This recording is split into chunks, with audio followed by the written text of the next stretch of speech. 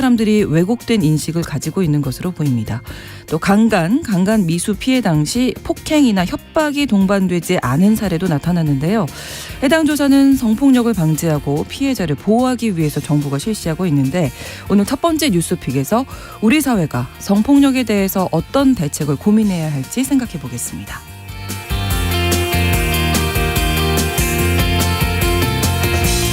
구직 활동을 하지 않고 쉬는 청년들이 늘어난 것으로 나타났습니다. 최근 통계청 분석에 따르면 20대의 쉬었음 인구가 전년 동월 대비 8.8%나 증가해서 약 50만 명으로 나타나는데요. 이 수치는 무려 2003년 1월 통계 작성 이래 역대 최대 규모라고 합니다.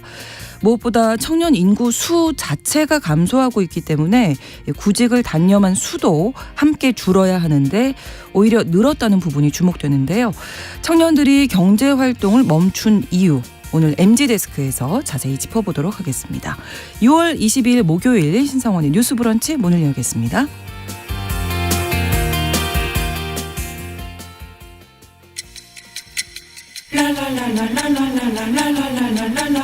듣고 공감하고 진단합니다. 우리 사회를 바라보는 새로운 시선. 신성원의 뉴스 브런치 뉴스픽. 뉴스 브런치 청취자 여러분과 함께 소통하며 만들어갑니다. 짧은 문자 50원, 긴 문자 100원이 드는 샵 9730, 우물정 9730번으로 의견 보내실 수 있고요. 라디오와 콩 앱으로도 많이 참여해 주시기 바랍니다.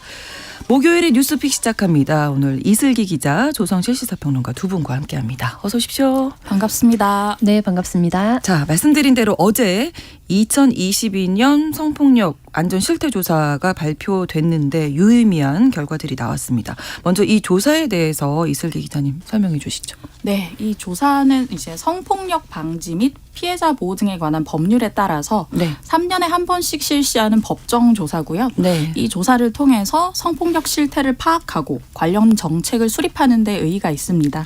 이번 조사 같은 경우는 여성가족부가 만 19세부터 64세 사이 남녀 만 20명을 대상으로 했고요. 작년 3월부터 12월까지 실시했습니다. 네, 조사 결과가 궁금한데 일단 성폭력 유형별 피해율은 어떻게 나왔나요? 네, 유형별 피해율은 가장 높이 발견된 거, 그러니까 그 측정된 게 PC나 휴대전화 등 통신 매체를 이용한 피해율이었거든요. 네. 그래서 이게 두 가지 측면으로 나눠서 조사가 됐습니다. 평생에 걸쳐서 경험한 바 있는가에 대해서는 전 국민의 9.8%니까 10명 중에 1명꼴로 경험한 바가 있다라고 응답을 했고 이 수치는 1년 내 성폭력 피해율과 큰 차이를 보이진 않았습니다. 한 2, 3% 정도요. 그리고 두 번째로 많이 나왔던 것이 성기 노출 피해입니다. 그래서 이른바 예전에 학교 앞에 서 있는 그런 바바리맨이라고 불리웠던 그런 사건을 경험한 바 있다라는 응답이 9.3%였고요. 그런데 이거는 1년 내 피해율은 0.1%로 사실상 거의 전무하다시피 나타났습니다. 그 외에 높게 좀 유의미하게 볼 만한 거는 성추행 피해율인데요. 이거는 전체 성애에 걸쳐서는 3.9%. 를 이제 조사 결과가 나왔는데 이 중에서 좀 유의미하게 주목할 만한 거는 세대별 변화예요. 그래서 특별히 성기 노출 피해는 이미 조사 결과를 듣고 예측을 하셨겠지만 50세에서 65세 미만의 여성의 경우에는 성기 노출 피해를 경험한 사람이 여성 5명 중에 1명 꼴이었거든요. 그런데 이제 19세에서 35세 미만은 여성 기준으로 10명 중에 1명으로 줄어들었던 반면에 이제 이 PC나 통신 매체 등을 통한 피해 같은 경우에는 역으로 2배의 경험률이 나타났어요.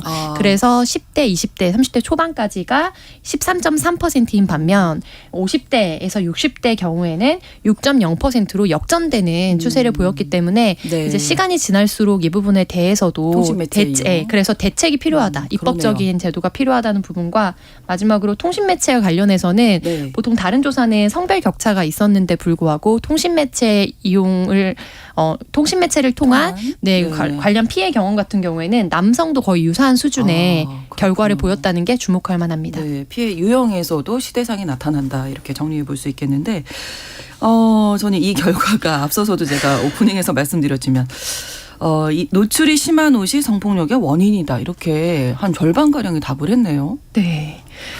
2명 중에 1명꼴로 성폭력은 노출이 심한 옷차림 때문에 일어난다라고 답변을 했습니다. 이것도 네. 세대별 격차가 굉장히 가장 크게 나타난 것 중에 하나인데요. 네. 이제 19세에서 29세 같은 경우에는 32.2% 3명 중에 1명 정도가 이렇게 생각하는데 반면에 네. 이제 59세 이상의 경우에는 거의 60% 가까운 정도가 노출이 심한 옷을 입은 것이 이제 성추행이나 성폭력 경험의 원인이 된다라고 네. 인식을 하고 있었다는 겁니다. 네. 그 외에도 저는 2가지를 더 소개해드리고 싶었는데 키스나 애무를 허용하는 것이 성관계까지 허용한다는 뜻이다. 라는 것에 그렇다라고 응답한 남성 응답자가 10명 중에 4명꼴이었거든요. 네, 그리고 이것도 세대 격차가 많이 나타났고요. 네. 마지막으로 피해자가 술에 취한 상태에서 성폭력을 당했다면 네. 피해자에게도 과실이 있다라는 응답에 대해서도 여성 중에는 이제 100명 중에 28명, 남성은 100명 중에 37명이니까 거의 10명에서 4명꼴이죠. 피해자에게도 귀인이 있다라고 그러네요. 생각하고 네. 있는 것으로 보여서 우리가 얼마나 피해자다움에 대한 통설에 갇혀 있는지 그래서 이것을 기반으로 한 정책적이고 입법적인 제도 개선이 필요하다라는 메시지를 여기서 찾을 수 있을 것 술 같습니다. 마시면 안 되고 노출 심한 옷 입으면 안 된다. 이런. 키스나 애무를 허용하는 안 것은 된다. 결국에 네. 잠자리를 다 갖는 허용하는 것까지 다 것이다. 허용하는 것이다. 네. 예. 또 하나 눈에 띄는 게 강간 미수 피해 당시에 폭행이나 협박이 없는 사례도 많았다고요. 네, 강간이나 강간 미수뿐만 아니라 성추행도 폭행 협박이 동반되지 않는 사례가 있었던 사례보다 더 많았습니다. 네. 그래서 강간 미수 피해를 경험한 여성들에게 물어봤더니 피해자의 가해자의 강요가 있었다는 응답이 41.1%로 가장 많았고요. 네. 다음이 가해자의 속임으로 34.3%였습니다. 가해자의 협박이 있었다는 의견은 30.1%였고요. 가해자의 폭행은 23.0%로 아까 말씀드린 강요나 속임보다 낮게 나타났고요. 네. 성추행 같은 경우도 폭행 협박이 없는 경우가 많았는데요. 가해자의 속임이 34.9%로 가장 많았고요. 폭행이나 협박 없이 갑작스럽게 당했다는 응답이 26.6%, 강요가 18.7%, 가해자가 가진 지위, 권한이나 위력으로 이용당했다라는 응답이 16.2%, 협박이나 폭행 같은 경우는 각각 7.1%와 2.7% 수준에 불과했습니다. 네. 성폭력 문제 해결을 위해서 가장 필요한 정책으로는 어떤 얘기를 하던가요? 네, 첫 손에 꼽힌 정책이 네. 이제 피해자의 2차 피해 방지를 위한 정책 마련인데요. 네. 100명 중 16명이 이것을 꼽았고요. 네. 다음으로 안전한 생활환경 조성, 가해자의 범죄 행위에 대한 합당한 처벌을 내려야 한다는 의견이 있었습니다.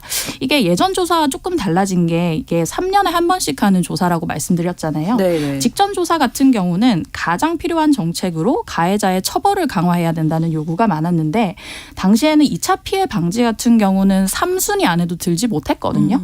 근데 그 사이에 2차 피해에 대한 우리의 좀 사회적 인식이 높아졌잖아요. 많이 네. 공론화가 되기도 했고 그러면서 정책 수요도 같이 올라간 것으로 보이고 있습니다. 네. 그리고 또 주의 깊게 볼 만한 점이 이제 경찰 수사 단계에서 불편한 경험을 겪었다라는 응답이 그렇죠. 남성 응답자는 없어요. 없어요. 네. 근데 여성 응답자는 10명 중 2명이 있다라고 응답을 했습니다. 그래서 여성들에게 물어봤더니 같은 내용을 반복해서 말해야 했다라는 의견이 75.3%로 가장 많았고요. 45%는 불쾌함과 수치심을 느꼈다. 그리고 36%는 나의 피해를 경찰에서는 사소하게 생각한다고 여겨졌다라고 응답을 했습니다. 자, 8805번으로 질문 자체가 남성적인 시각입니다. 매체에서 남성의 노출을 보고 여성이 뭐 성폭력을 하게 뭐 이런 생각을 하게 되는지 남성의 시각이 전체 사회적인 시각으로 고착화 되는 것 같다 이런 의견 주셨거든요. 이 조사 결과로 성폭력을 바라보고 있는 우리 사회의 통념, 인식 이런 거를 우리가 좀 살펴볼 수 네. 있을 텐데요. 눈에 띄는 부분 두 분이 좀 말씀해 주실까요? 저는 이제 대전제인데요. 법정 조사가 이렇게 중요하다라는 거에 대해서 한 번 더 생각해 봤고요. 네. 이제 보통 퍼센티지만 인용이 돼서 많이 회자가 되지만 몇 명을 대상으로 했는가도 사실은 그렇죠. 굉장히 중요한 부분이거든요. 근데 이번 조사는 10,000명이 넘어가는 수치를 기준으로 해서 작성된 조사이기 때문에 그만큼 시대 변화나 우리 사회의 단면을 좀 명확하게 보여주는 조사라고도 볼 수 있다. 그 부분을 말씀드리고 싶었고 네. 저는 전반적으로 이제 성폭력 관련 인식에 대한 조사가 가장 유의미하게 눈에 와닿았는데 네. 피해자가 직접 온라인상에 올려놓은 일상 사진으로 온라인 성폭력 피해를 겪었다면 이거는 많은 부분 좀 사람에 따라 다르겠지만 우리가 뭐 이른바 능욕 사건이라고 하는 네, 지인 네. 능욕이라든지 이런 거에 시발점이 되는 매개거든요. 그러면 피해자에게도 책임이 있다라고 생각하는 국민이 4명 중에 1명꼴이었다는 게, 그리고 그 외에도 피해자에게 귀인이 있다라고 보는 응답이 굉장히 많았거든요. 예를 들면 성폭력 피해자는 행실이나 평판이 안 좋은 사람이다. 5명 중에 1명꼴로 그렇게 생각하고 있다라는 조사 결과가 나왔습니다. 네. 그래서 이제 우리 사회가 특히 온라인상에서 일어나고 있는 이제 성폭력이나 성추행 사례는 너무나 계속해서 변종적으로 빠르게 맞아요. 확대되고 있고 네. 내 삶에서 일상을 보여주고자 지인들에게 공유했던 사진이 정말로 예상치도 못한 전 세계에 유포되는 어떤 성폭력 관련된 성추행 관련된 변종적인 범죄에 타겟이 되었는데 그것이 피해자에게 귀인이 있다라고 생각하는 이 시대착오적인 생각, 그래서 이것들을 어떻게 인식 개선을 할 것인가에 대해서도 굉장히 정부가 고민을 깊이 할 수밖에 없는 부분이다. 이 부분에 대해서 좀 안타깝게 봤습니다. 네. 이슬기 기자. 네, 제가 눈에 띄게 봤던 부분 중에 하나가 이제 성폭력 무고를 하는 사람들이 있다. 네. 이런 사람들이 많다는데 동의한 비율이 39.7%나 되거든요. 근데 실제 통계를 보면 성폭력 무고로 유죄를 받은 숫자는 네. 실제 성폭력 범죄로 처분받은 숫자의 0.4%입니다. 그러니까 무고죄의 비율이 이렇게 미미한데 네, 네. 실제 그 일반의 어떤 인식은 금전적 이유나 뭐 상대에 뭔가 대한 이유가 있을 분노나 것이다. 네, 복수심으로 네. 성폭력을 거짓 신고하는 사람이 많다고 10명 중에 4분이나 그렇게 생각을 하시는 거예요. 근데 이걸 또 자세히 들여다보면 이런 성폭력 무고가 많다는 인식이 30대 남성이 43.5%로 이제 남성 연령별 중에서도 가장 많거든요. 네. 근데 이러한 그 아까 이제 평론가께서도 그러네요. 말씀하셨지만 성폭력 관련 통념이나 고정관념이 너무 강고하게 자리 잡아 있고 그것들이 실제 상황과는 다르다는 점. 근데 그것이 이제 2022년 조사에서도 계속해서 드러난다는 것이 굉장히 가슴 아픈 부분들이고요. 또 몇 가지 그런 고정관념 사례를 소개해드리면 그 피해자다움이라고 하는 것 중에 그런 사람들은 성폭력 피해를 입으면 입은 즉시 신고할 것이다. 라는 의견들이 있어요. 근데 네. 여기에 동의하신 분들이 20대 남성이 53.1%, 30대 남성이 54.7%, 2명 중 1명은 어떻게 보면 이 성폭력 피해를 입은 사람은 바로 신고를 해야 하는 것이 어떤 피해자다움이라는 데 동의를 네. 하고 있다. 바로 신고를 하지 않으면 그렇지 않은 그 이게 뭔가 성폭력이- 이유가 있는 예, 것이다라고 예, 보는 예, 거죠. 근데 그렇죠. 제가 실제 성폭력 피해자들을 만나보면 성폭력 피해를 당한 다음 날에도 멀쩡하게 출근을 하셔야 합니다. 왜냐하면 우리나라 직장인들이 비싸니까요. 병가 네. 낼 수 없잖아요. 없잖아요. 그리고 저희가 많이 얘기 나눴잖아요. 네, 병가. 맞아요. 평가를 낼 수 뭐 휴가 없고 뭐 이런 것들. 바로 어떤 티를 낼 수 없는 그럼요. 피해를 얘기하기 어려운 상황이잖아요. 네. 그래서 그냥 일상대로 행동했는데 재판에 가서는 피해자가 그냥 멀쩡하게 출근을 했다. 이게 뭔가 이유가 있는 것 같다라는 어떤 궁지에 몰리기도 하는데요. 이런 피해자 다음은 정말 앞으로도 많이 타파돼야 되는 부분이 아닌가 싶습니다. 전체적으로 21세기 2022년, 23년이 돼서 네. 좀 많이 달라졌을 거라 생각했는데 그렇게 많이 달라지지는 않았다. 통념, 네. 인식 자체는 네. 이런 생각에 좀 깜짝 놀랐고요. 그리고 아까 말씀 나눴는데 폭행 협박이 없는 사례가 네. 많다는 것도 네. 한번 얘기 나눴으면 좋겠어요. 네. 네, 비동의 강간죄 네, 얘기와 이제 결부가 되는데요. 그렇죠. 이제 비동의 강간죄 논의가 올 초에 조금 이슈가 됐다가 지금 조금 잦아들었는데 네. 이게 이제 상대방 동의 없이 이루어진 성관계를 성폭력 범죄로 처벌하는 거잖아요. 네. 근데 지금 현행 추행이나 강간죄 구성 요건에서는 피해자가 저항을 했다, 네. 한거불능 상태였다는 걸 입증을 해야 합니다. 근데 아까 실태조사에서 나왔던 것처럼 폭행이나 협박이 없는 성폭력 범죄가 분명히 존재를 하고 네. 이런 부분들이 강간죄가 포괄을 하지 못한다는 의미로 이것이 대두가 됐고요. 네.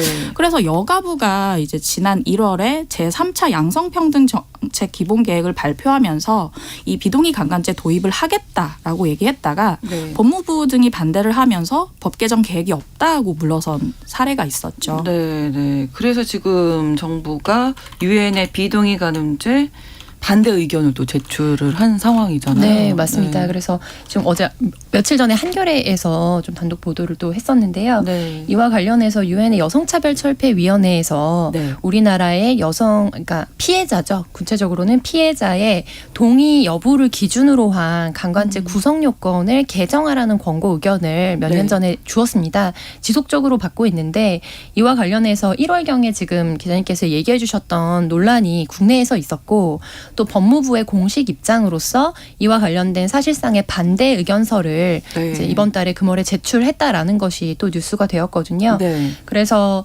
이제 일각에서는 이렇게 이게 입증 책임의 전환이라는 것이 네. 이렇게 입증 책임 있는 곳에 이제 그 승패가 갈린다라는 것이 법조계의 정설이기 때문에 아. 네, 누가 입증을 해야 되느냐, 실제 사실상의 피해자가 누구이냐와 상관없이 이것을 법정에서 입증해낼 수 있느냐의 여부가 이제 유무죄를 가르고 형량을 가르고 그렇기 그렇죠. 때문에 대형 로펌들이 정관예우나 이런 것들을 통해서 사실은 이제 실적을 많이 쌓거든요. 근데 이 부분에서 좀 계속해서 공방이 좀 일었고 네. 이제 한동훈 법무장관을 중심으로 한 법무부의 공식 입장은 오히려 역설적으로 피해자를 양산할 수 있기 때문에 반대한다라는 입장이거든요. 억울한 사람이 많이 네, 늘어날 수 그리고 있다. 최근 추세는 여러 판례 등을 통해서 이제 볼 수 있듯이 예전 뭐 30년 전, 20년 전 판례와는 달라져서 시대적인 이제 법 감정을 고려하면서 이루어지고 있다라는 것도 이것을 이제 지지하는 의견인데 네. 이제 이 부분에서도 어폐가 있는 겁니다. 그래서 결국에 어떤 법관에게 사건이 가느냐에 따라서 네. 사실은 이 해석의 여지나 형량의 여지가 달라질 수 있다는 점도 그렇고 무엇보다 이거는 보통은 이제 검사가 동의가 없었음을 입증해야 되는 것을 네. 이제 고소를 당한 사람이죠. 네. 그래서 고소를 당한 사람이 동의가 있었음을 입증해야 되는 것으로 전환하는 거거든요. 네, 네, 네. 그런데 이제 상식적으로 생각했을 때 동의가 없었다는 것은 매 순간 없었다는 것을 증명해야 되잖아요. 그렇죠. 근데 있었다는 것은 뭐 예를 들면 10년 동안 이 사람을 알고 지냈다면 그 순간에 있었다라는 하나의 사건을 입증하면 되기 때문에 누구에게 입증 책임이 있느냐의 공방이 계속해서 좀 붙고 있는 거예요. 네. 그래서 이 부분과 관련해서는 우리 현실을 좀 반영해서 논의가 시작돼야 되는데 우선은 너무 이제 온라인상의 공방이 큰 거에 비해서 국회에서는 이게 본격적으로 논의가 사실 붙지 못하고 있다. 그래서 20대나 30대를 중심으로 해서 SNS에서 시끄러운 거에 대비 국회에서는 의제화가 잘 되고 있지 못하다는 게 좀 안타까운 부분입니다. 그러니까 현재는 지금 법상으로는 뭐 성폭력이 되려면 물리적인 네. 어떤 협박, 그렇죠. 뭐 폭행이나 폭행 협박이 이런 있어야 게 하고 있어야 되는 건데. 항거불능의 상태였다는 것을 입증해야 되는데 네. 앞서서 우리가 사례로 얘기한 것처럼 일상으로 다시 돌아가야 되고 그리고 또 2차 피해 우려들이 있기 때문에 그렇죠. 피해자가 됐을 때 또 더 큰 피해를 당할 수 있다는 것 때문에 더 밝게 일상을 살아내는 피해자들이 많이 있거든요. 참는 거잖아요. 네, 지금. 맞습니다. 네. 며칠을 또 그러면 이제 그게 그럼에도 불구하고 피해자답지 않게 왜 이런 일상을 살았지? 그거는 사실 그 당시에는 동의가 있었던 것이 아니냐라고 추정케 하는 또 근거가 됩니다. 이런 부분들에 있어서 이제 법 개정이 필요하다라는 사회적 요구가 계속적으로 있어 왔던 겁니다. 네. 어떻게 보세요? 두 분이 더 뭐 나누실 말씀 많으실 것 같은데. 이 문제에 저는 대해서. 아까 평론가께서 이제 국회에서 입법적 논의가 더디다라는 말씀하셨는데 이게 참 어떻게 보면 우리 피부에 와닿는 이슈지만 굉장히 정치적인 이슈이기도 해요. 왜냐하면 2018년에 이제 미투 사태가 일어나면서 그 당시에는 20대 국회에 있는 모든 정당들이 발의할 만큼 뜨거운 이슈였습니다. 모든 정당 지금 국민의힘의 전신이나 민주당의 전신이나 네, 모두가 네. 비동의 강간죄를 발의할 만큼 어느 정도 이 피해자의 입장에 동의를 하고 네. 동의가 있는 성관계만 이제 허용이 된다라는 취지로 했었는데 네. 20대 대선에서부터 어떤 젠더 갈등이라고 하는 것이 부각되면서 관련 논의를 찾아보기가 힘들고 당시에 대선 공약으로 이걸 말하는 후보들은 거의 없는 상태로 갔었거든요. 근데 제가 이제 이거 관련해서 이제 옛날 기사와 찾아보다가 네. 여기 이제 범죄연구소에 나오시는 서혜진 변호사님께서 네네네. 저한테 하셨던 멘트가 있어요. 그걸 정말 말씀드리고 싶은데 네. 이 사실 유엔에서 이걸 계속해서 권고를 하고 푸시를 할 만큼 어떻게 보면 전 세계적으로는 굉장히 어떤 노멀한 기준인데 우리나라에서는 왜 안 될까라고 생각을 해보면 정치권에서 기득권을 형성한 이들이 여야 모두 중장년 남성이라는 사실을 생각해 볼 때 있는데 네. 이것 자체가 좀 사소한 문제로 취급을 받는다는 거예요. 네. 그래서 어떻게 보면 뭐 상호 동의에 기반한 성관계가 기본값이 아니라 네. 동의 없이 이루어지는 뭔가 이렇게 무심코 이루어지는 눈만 봐도 아는 이런 식의 성관계를 기본값으로 보고 네. 혹은 이제 꽃뱀 같은 논의들이 쉽게 먹혀들면서 피해자보다 가해자의 입장에 훨씬 더 감정이입을 하는 거 아니냐라는 얘기를 하셨는데 네. 사실 국회에서 입법되는 과정들 보면 국회의원들이 피부로 와닿는 이슈는 빨리 입법이 되고 그렇지 않는 이슈는 차별금지법처럼 쭉 늘어지는 경향이 있는데 네. 이것도 그런 일이 아닌가. 그러나 실제 피해를 입고 있는 뭐 여성이나 남성들 입장에서는 굉장히 중요한 이슈로 부각이 되고 있다는 걸 국회에서 좀 자각을 했으면 좋겠고요. 네. 그리고 이 비동의 강간죄 자체가 그럼 동의와 비동의의 기준이 너무 러프하다는 말이 많잖아요. 네, 근데 네. 여기서 조금 참고를 할 수 있을 것 같은 게 네. 최근에 일본에서 이 강간죄의 명칭을 비동의 성교죄로 바꾸는 개정안이 이제 만장일치로 참의원 본회의에서 통과가 됐어요. 네. 근데 여기 이제 내용을 자세히 보면 동의 없는 성행위는 범죄가 될 수 있다는 걸 이제 그 범죄명 비동의 성교죄로 딱 명문화한 한편 네. 또 적용되는 8개 사례를 구체적으로 나열을 했습니다. 뭐 폭행이나 협박뿐만 아니라 술이나 약물 섭취, 수면 등으로 의식이 명확하지 않은 경우, 네. 뭐 사회적 지위 때문에 거부할 수 없는 경우, 피해자가 동의하지 않는다는 의사를 표시하기 어려운 상태 같은 8가지를 명시적으로 얘기했거든요. 저는 이것도 조금 한계가 있다고 보지만 네. 이게 동의와 비동의의 기준 가지고 계속 이렇게 어떤 논의가 조금 정체되는 상황이라면 네. 이런 부분도 참고할 만하다라는 생각을 하고 있습니다. 네, 이렇게 멈추는 사이에 또 피해자가 또 계속 발생할 네. 여지가 있기 때문에 빨리 법이 확실하게 만들어져야 되는데 우리 사회 인식 변화가 아무튼 좀 놀랍네요. 네. 저는 오늘 이 결과를 들으면서. 네, 맞습니다. 그래서 지금 지적해 주신 부분에 대해서는 전 전적으로 동의를 네. 하고요. 그런데 다만 이제 저희 주 청취자분들이 또 여성분들이 많이 찾아서 들으시는 방송이기 때문에 네. 저는 특별히 주목했던 부분은 5, 60대 중장년층 여성들의 인식에 대한 부분입니다. 네. 그래서 안희정 사건이 있었을 때 사실 댓글을 아이에게 보여주기 부끄럽고 두렵다라는 인터뷰를 제가 한 적이 있었는데 그 댓글을 쓰신 분들을 보면 그게 정말 사실인지는 우리가 알기 어렵지만 실제로 이제 남성 여성 비율 이런 것들로 구분해서 봤을 때 여성 그 연령대가 많으신 여성분들도 굉장히 그런 논의에 공론장에 많이 참여하셨던 걸로 기억하거든요. 네. 그런데 보면은 지금 이 경우에 또 성폭력이 노출이 심한 옷차림 때문에 일어난다라고 생각하는 50세 이상의 여성이 10명 중에 6명입니다. 네, 그리고 그 외에도 많거든요. 키스나 뭐 애무를 허용하면 네, 네, 등등의. 그래서 결국에 인식 변화라는 게 지금 국회에서의 양상도 뭐 1명과 2명 대 300명 의원, 298명의 의원이 싸우는 뭐 그런 형국처럼 보일 때가 굉장히 많거든요. 그러면 의원이 아무리 입법 의지를 가지고 있어도 여론이 따라오지 않으면 어렵고 여론에서 비토 의견이나 너를 다음 선거에서 낙선시키겠다 혹은 정말 중요하지 않은 의견을 가지고 특정 계층과 특정 성별만 대표하는 의원이다라는 비판은 되게 거세고 적극적으로 쏟아지는 반면에 응원의 눈에 띄죠, 메시지는 또. 눈에 네. 잘 띄지 않고 네. 게다가 이제 여론을 주로 형성하는 이제 중장년층의 여성들이 거기에 공감하지 못할 때 훨씬 더 허들이 좀 높아지는 부분들이 있거든요. 그래서 이거를 이제 여성과 또 자기 자녀 세대에 또 대입해서의 문제로 한번 새롭게 좀 생각해 보시는 계기가 됐으면 좋겠다. 이런 네. 인식 변화 부분에 대해서도 우리가 네. 좀 지켜볼 부분인 것 같습니다. 분명히 피해를 당한 부분이 네. 있기 때문에 피해자가 뭔가 잘못하는 네. 거는 조금 그러니까 왜 네. 그렇게 짧은 옷을 입고 다니냐 이런 비만, 여름이 또 비판 다가오는데. 이런 것들이 있죠. 네. 알겠습니다.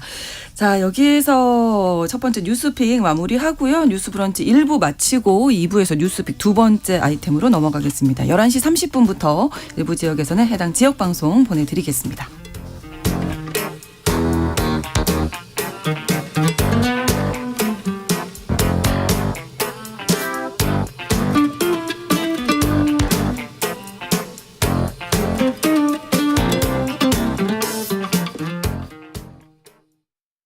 지금 시각은 11시 30분입니다. KBS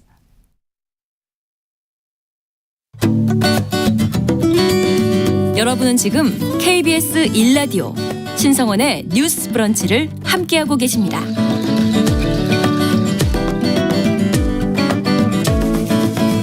두 번째 뉴스픽입니다. 지난 20일부터죠. 이태원 참사 유가족분들이 단식 농성에 들어갔습니다. 특별법을 제정해달라는 건데요.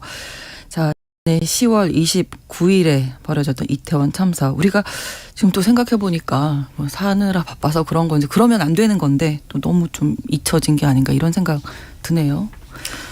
네, 유가족들 얘기를 들어보니까 참 여러 가지 생각이 드는데요. 그런 말씀하시더라고요. 이제 참사가 일어나면 어떤 수학 공식처럼 네. 유가족들이 정부를 향해서 분노하고 농성하고 삭발 단식을 해야 한다. 네. 그런 얘기를 하시는데 이게 세월호 때부터 우리가 어떤 정해진 의례처럼 이 상황을 보고 있는데 그것은 결과적으로는 진상규명이 안 되고 있다라는 반증인 것이고 근데 또 이걸 정치적으로 활용해서 유족들을 비아냥하거나 네. 뭐 어떤 혐오 정서가 같이 발동하잖아요. 같은 일이 계속 답습되는 현실이 좀 참담하다는 생각이 들었습니다. 네, 8개월 지났는데요. 네, 맞습니다. 대책이 마련이 됐나? 우리가 지금 네. 어떻게 잘하고 있나? 이런 생각도 하게 되는데. 연말 연초에 있었던 국정조사도 큰 관심을 받지는 못했거든요. 그렇죠. 그래서 뭐 700여 쪽에 달하는 조사 보고서 분량에 비해서 실질적으로 여야 간의 공방이 주를 이뤘지 실효적인 대책이나 대안을 마련하지는 못했다라는 비판을 받았습니다. 네. 이제 그래서 지금 관련된 유가족분들이 단식 농성을 국회 앞에서 시작하셨거든요. 네. 그러면서 다시 한번 좀 이제 주목을 받게 된 법안이 이태원 참사 진상 규명과 재발 방지를 위한 특별법입니다. 네. 그래서 여기에서 이제 여러 가지 특별조사위원회를 구성하고 또 피해자를 구제하고 지원하기 위한 각종 위원회를 구성하고 또 의료 지원금을 지급하도록 하고 공동체 회복이 가능하도록 이제 최초 사건 발생 당시에 유가족들끼리 연결될 수 없도록 하는 방해가 있었다라는 것도 여러 언론을 통해서 좀 보도가 됐었거든요. 네. 이런 골자로한 법안이 다시 한번 좀 주목을 받고 있는 상황입니다. 법을 제정해야 되기 때문에 국회가 나서줘야 할 텐데 네. 국회에서의 관심은 지금 어느 정도? 네, 기존에는 사실 이제 100여 명 이상의 의원들이 발의에 참여는 했지만 네. 이제 통과에 힘을 쓰고 있지는 못하다라는 또 비판을 받기도 했는데요. 이태원 특별법을 오늘 행안위에서 민주당이 이제 관련된 패스트트랙 법안으로 상정을 하겠다라고 약속을 했고 네. 이와 관련돼서 패스트트랙 절차를 거치게 되면 8개월 최대 8개월 후에 이제 본회의에 이게 상정이 되거든요. 네. 그러면 현재의 국회 구성으로 봤을 때는 이제 통과가 가능할 것으로 전망되는 상황입니다. 다만 그 동안에 여러 차례 대통령의 법안 거부권을 행사한 이력이 있었기 때문에 네. 이 법안 같은 경우에 그래도 최대한 여야 합의로 논의하려고 노력을 하겠다라고 이제 민주당에서 당론으로 발표를 어제 했고요. 네. 그런데 이와 관련해서 특히 국민의힘을 중심으로 해서는 이렇게 정쟁화하는 법안에 대해서는 반대하겠다라는 의견을 강력하게 좀 표명하고 있는 상황입니다. 네. 최근에 또 이태원 참사 두고 여러 뉴스들이 나왔는데 일단 그 사건 발생 전후로 책임져야 하는 기관이나 책임자들이 보석으로 지금 석방이 되고 있군요. 네, 네. 이태원 참사 뉴스로 요즘에 가장 많이 나오는 게 계속 누가 구속 상태였다 보석으로 나왔다라는 거거든요. 네. 구속된 관련자 6명 중에 지금 4명이 보석으로 나온 상태인데 네. 일단 어제 보석으로 나온 두 사람 같은 경우는 이제 박성민 전 서울경찰청 공공안녕정보외사부장과 김진호 전 용산경찰서 정보과장인데요. 이 두 사람 같은 경우는 이제 이태원 참사 발생 전에 작성된 정보 보고서가 있었어요. 근데 네. 이거를 참사 이후에 삭제하라고 지시한 혐의로 구속 기소가 됐었고요. 네. 이제 박 전 부장 같은 경우는 이제 이걸 삭제하라고 지시한 혐의를 받고 있고 네. 김 전 과장 같은 경우는 그 일선 경찰서에 정보과장들이 있는 단체 채팅방이 있는데 여기에 이제 그 용산 경찰서에 있는 정보과 직원한테 보고서를 삭제하라고 이제 위에서 지시받아 삭제하라고 한 혐의를 받고 있습니다.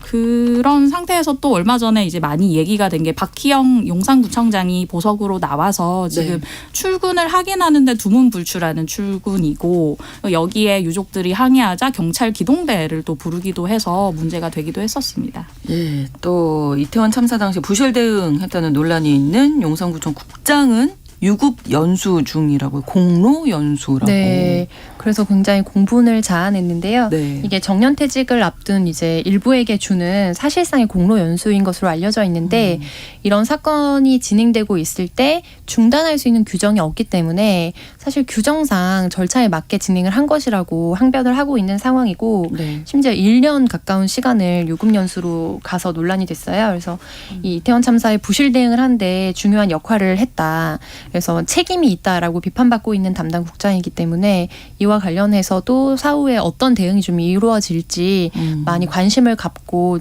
우리가 지켜봐야 되는 상황입니다. 네, 뭐 법과 규정에 따라서 진행이 됐기 때문에 뭐 절차상에는 문제가 없을 수 있습니다만은 국민 감정이 법감정에, 네. 있기 때문에 그런 것도 어떻게 좀 해결이 돼야 할까요? 네. 네, 지금 이제 말씀드린 것처럼 그 구속됐던 피고인 6명 중에 4명이 네 불구속 명이. 상태고 그중에 이제 박희영 용산구청장이나 최원준 그 안전재난과장은 뭐 보증금 내고 석방이 됐고 그리고 네. 현업으로 돌아온 사람이 또 2명이나 돼요.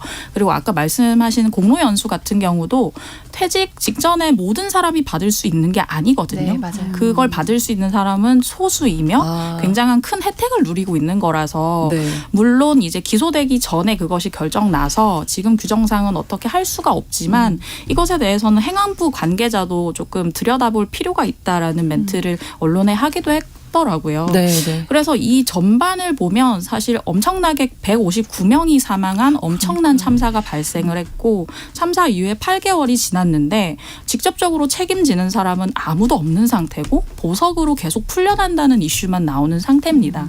그래서 이 와중이라면 저는 특조위 구성은 사실 어떻게 보면 옵션이 아니라 무조건 필수라는 생각이 들어요. 어떻게 지금 단식하시는 부모님들을 설득할 수 있을지 네. 이것 말고 정치권은 네. 어떤 해답을 갖고 있을지 사실 여당이나 이제 당정에서 다 이 특조위 구성 자체에 반대를 하고 있는데 내용을 들어보면 조금 이렇게 본질적인 부분은 아니라는 생각들이 들거든요. 예를 들면 뭐 행안부 같은 경우는 특조위 자체를 반대, 피해구제심의위원회 설치를 반대라는 얘기를 하고 고용노동부는 치유휴직자 지원 같은 것은 좀 어렵다라는 이런 얘기를 하는데 이것이 과연 본질인가라는 생각이 드는 거예요. 네. 그렇다고 하면 정쟁에 의한 반대가 아닌가 하는 생각이 들어서 지금 단식을 하고 있는 유가족 분들 네. 159명의 사망자를 생각한다면 특조위 구성에 특별법 통과에 여야가 모두 열심을 다해야 네, 한다고 네. 생각합니다. 네. 조정식 평론가는?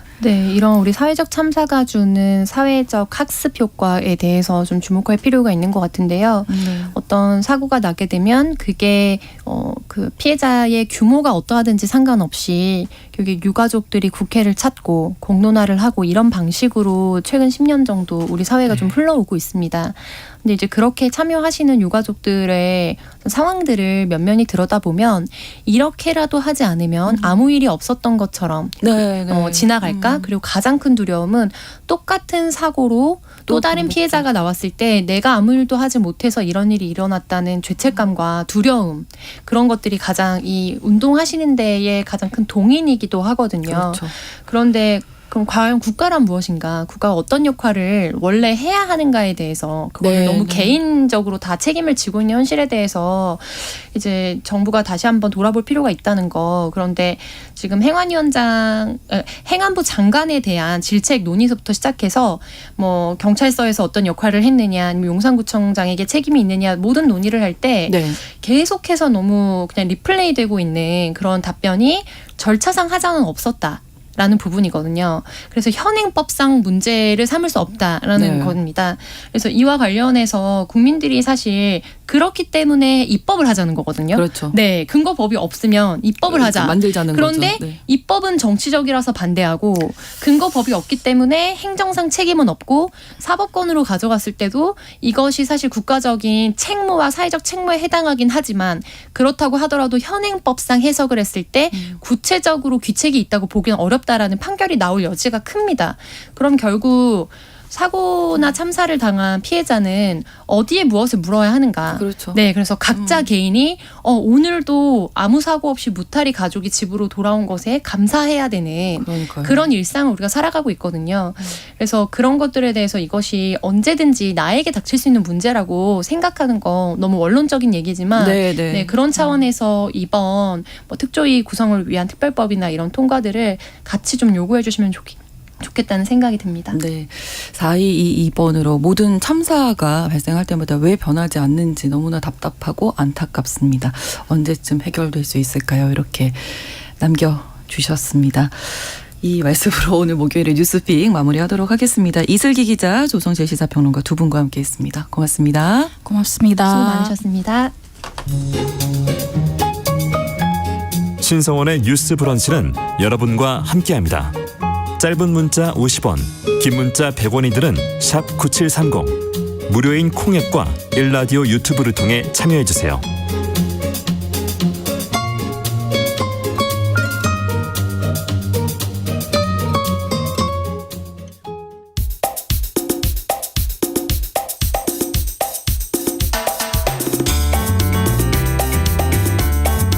청년들의 시각으로 우리 사회를 진단합니다.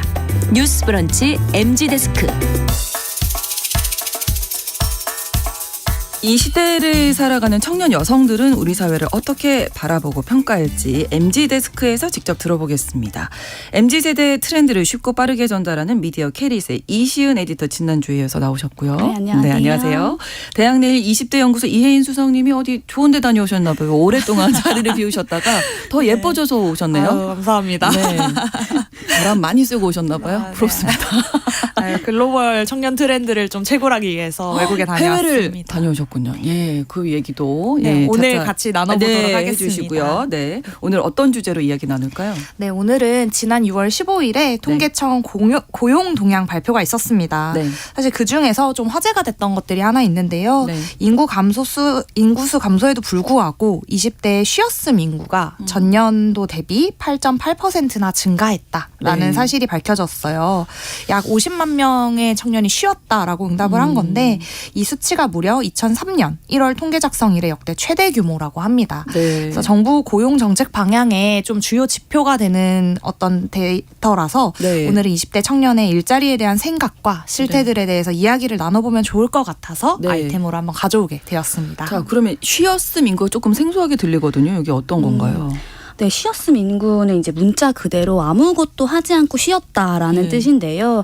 이 조사에서는 이제 구직이나 취업 준비 중이라는 응답 항목이기 때문에 아. 구직 활동을 하는 미취업자와는 또 다른 개념이에요. 구직 활동조차 안 하는 거군요. 예, 맞습니다. 그러니까. 실제 쉬었음이라고 응답한 인구는 뭐 별 다른 사정 없이 구직도 취업도 하지 않는 비경제 인구에 해당한다고 봐주시면 될 것 같고요. 네. 정말 구직과 관련된 어떠한 활동도 하지 않았다라고 응답한 사람들이라고 보면 될 것 같습니다. 네. 네, 맞습니다. 사실 가장 이걸 크게 이제 문제로 삼는 부분은 청년 인구가 지속해서 감소하고 있다는 거예요.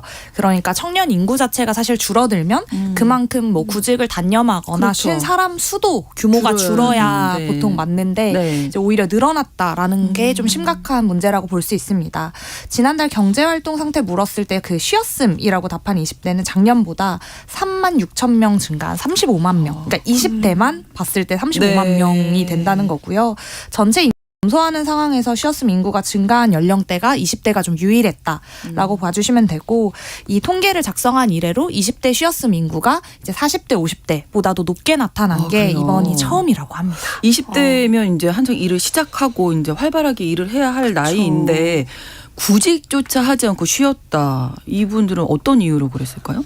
먼저 이제 본인이 생각하는 그 조건에 맞지 않았기 때문이 가장 큰 이유로 보이는데요. 네. 앞서 말했던 같은 조사를 이제 다시 한번 살펴보면 네. 지난달 취업 의사가 있었던 20대 비경제 활동 인구를 대상으로 최근 구직을 하지 않았던 이유를 묻는 질문에 가장 많이 나온 답변이 원하는 임금 수준이나 근로 조건이 맞는 일거리가 없을 것 같아서라고 대답하기도 했습니다. 네. 네, 이 답변을 해준 인원이 무려 17만 3천 명 정도였고요. 네. 네, 그 뒤로도 한번 살펴보면 교육, 기술, 경험이 난 부족하다고 생각한다. 그리고 전공이나 경력에 맞는 일거리가 없을 것 같다라는 답변이 이어졌습니다.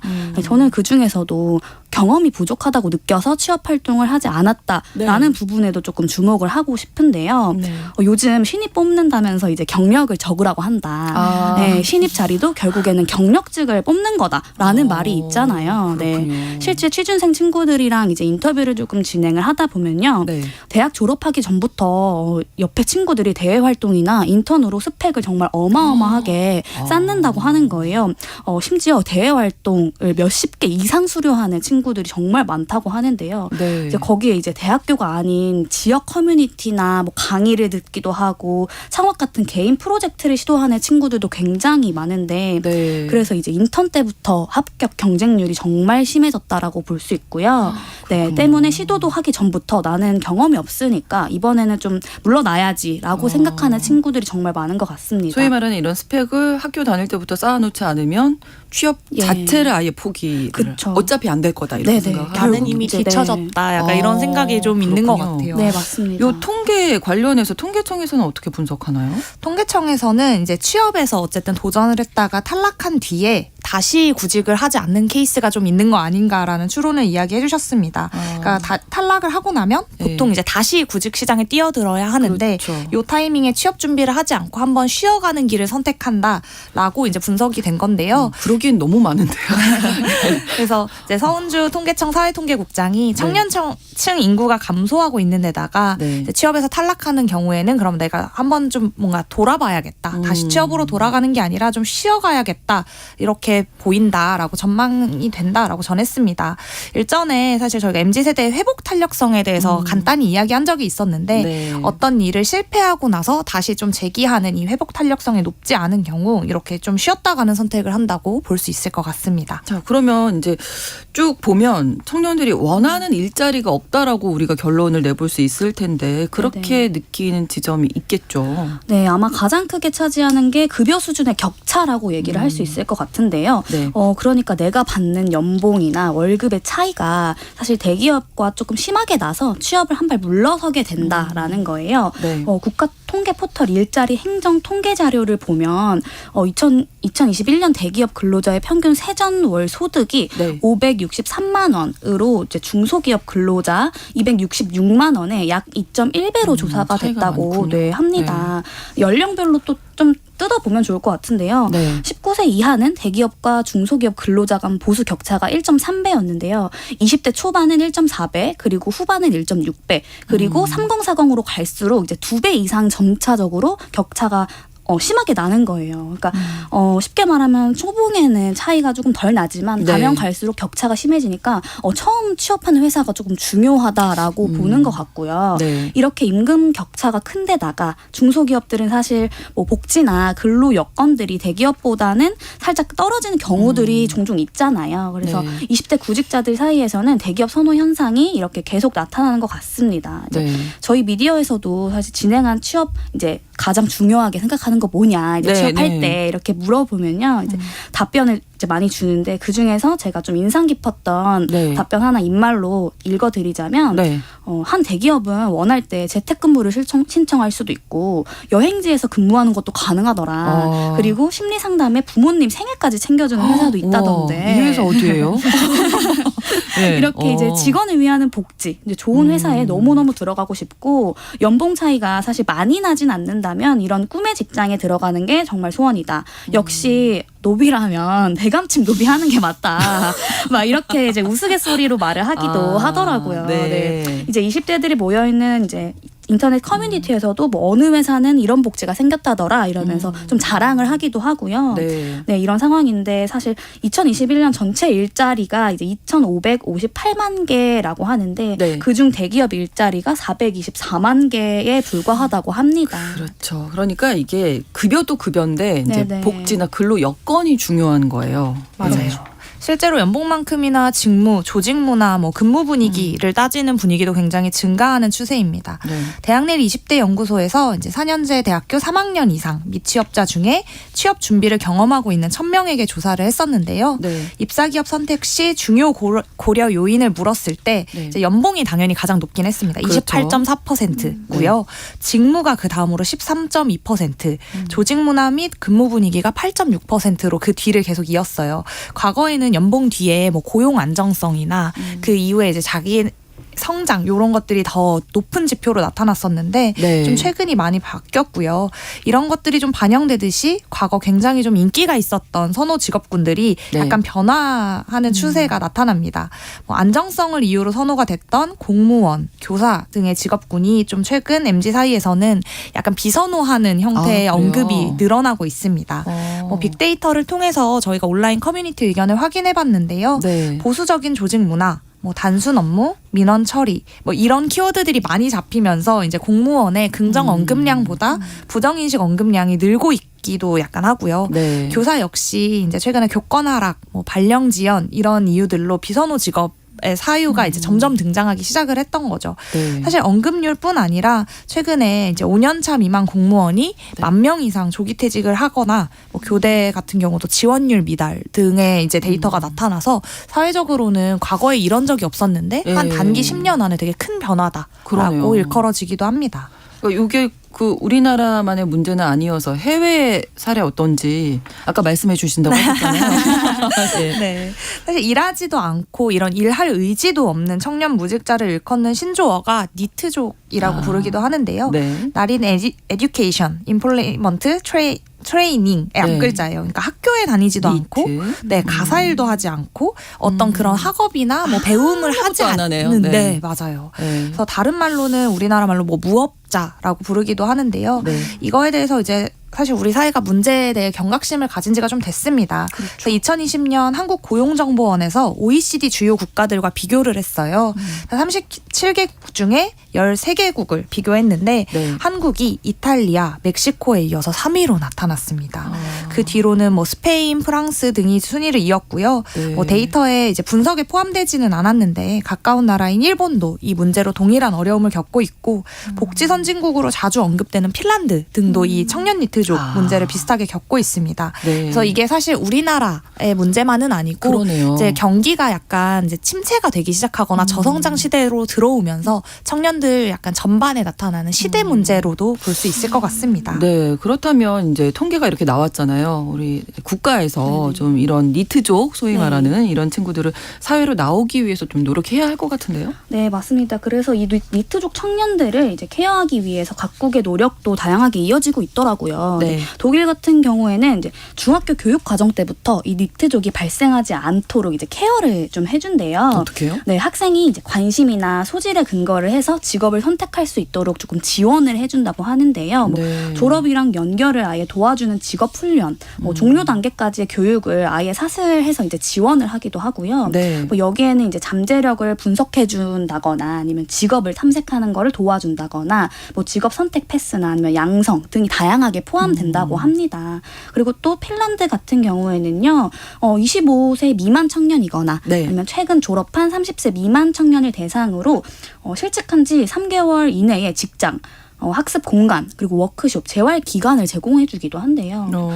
또 가까운 나라인 일본 같은 경우에는요, 지역 청년 서포트 스테이션 및 그 집에만 이렇게 이제 머무는 히키코모리, 지역 지원센터 등을 이제 적극적으로 운영을 하면서 이 청년들이 나중에 이제 고립 운둔 청년으로 남지 않게 하기 위해서 조기에 이제 개입을 하고 정책을 실천을 하고 있다고 보면 될 것 같습니다. 네. 여기서 끝이 아니라 어렵게 이렇게 들어갔는데 또 퇴사를 일찍 한다면서요? 네, 맞아요. 예. 요즘 이제 또 취업 커뮤니티를 조금 살펴보면요. 이제 네. 취업을 했지만 난 좀 더 성장을 하고 싶고 한 조직에서 이제 더 이상 좀 배울 게 없다라고 판단이 되면 네. 야, 이직은 필수야 이렇게 얘기를 하는 친구들이 굉장히 많고요. 네. 뭐 정말 어렵게 취업을 했지만 그만큼 정말 퇴사율도 높다고 합니다.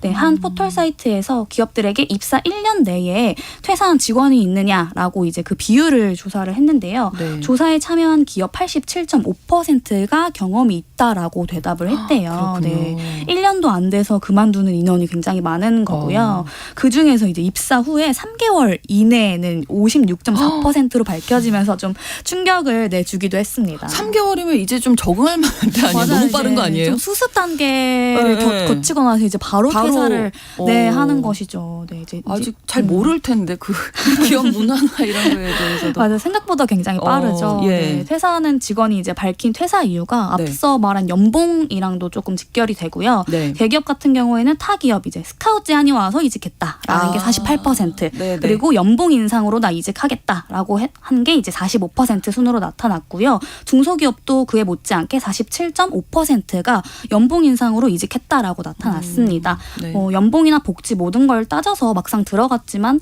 내 존재 가치를 알아주는 건 역시 연봉이다. 그렇기 때문에 내 커리어를 높이려는 이들이 많은 셈이고요. 네. 실제로 이제 커뮤니티에서는 이런 소득 수준에 대한 이야기가 자주 오르내리기도 합니다. 본인 소득에 만족하지 못하거나 나중에 퇴사했을 때를 대비해서 파이프라인을 만들려는 시도도 굉장히 많이 하고요. 그래서 네. 요즘 엔잡하고 그렇죠. 네, 그런 네. 얘기도 이런 이유와 맞물린다고 볼 수 있겠습니다. 네. 네, 뭐 실제로 지세대들은 이직을 할수록 자신의 가치가 좀 높아진다라고 생각을 한다라는 게 그러더라고요. 데이터로도 네. 나타났어요. 네. 제 대학내일 20대 연구소 조사에 따르면 여러 직장 경험 의향을 물어봤었는데 세대별로 굉장히 다르게 나타납니다. 지세대는 52.9%로 나타나면 X세대는 한 21.3%로 무려 2배 이상, 2.5배 이상 차이가 나고요. 네. 이직을 통해서 자기 가치를 평가하는데 긍정한다라는 비율이 지세대는 한 40.4%나 되는데 X세대는 18.6%로 요 역시 한 2배 정도 차이가 납니다. 네. 그리고 굉장히 전 인상 깊었던 게 이제 구직하는 단계에서부터 그러니까 네. 입사 전부터 내가 희망 기업에 입사한다 하더라도 나중에 향후에 이직을 하겠다라고 플래닝을 세우는 지세대들이 굉장히 많더라고요. 그러니까 이직을 통해서 내 가치를 높인다. 그래서 거니까요. 최초 입사하는 기업이 네네. 보통 이제 좋은 내가 희망하던 기업이었다 하면 네. 안착하는 게 과거 관례였는데 네. 이제는 내가 원하는 기업에 올해 입사하게 되더라도 언젠가 나는 이직을 할 거야라는 생각을 아예 그 기업에 입사하기 전부터 계속 하고 있다는 거죠. 네, 뭐 X세대 18.6% 나타났다고 하면 저희 네네. 27년째 한 직장 다니고 있으니까요. 많긴 맞는 것 같아요. 근데 그래서 네. 이제 실제로 저희 이제 끝날 네네. 시간이 다 돼서 요 얘기 저희 마무리 좀 아쉽네요. 하도록 하겠습니다.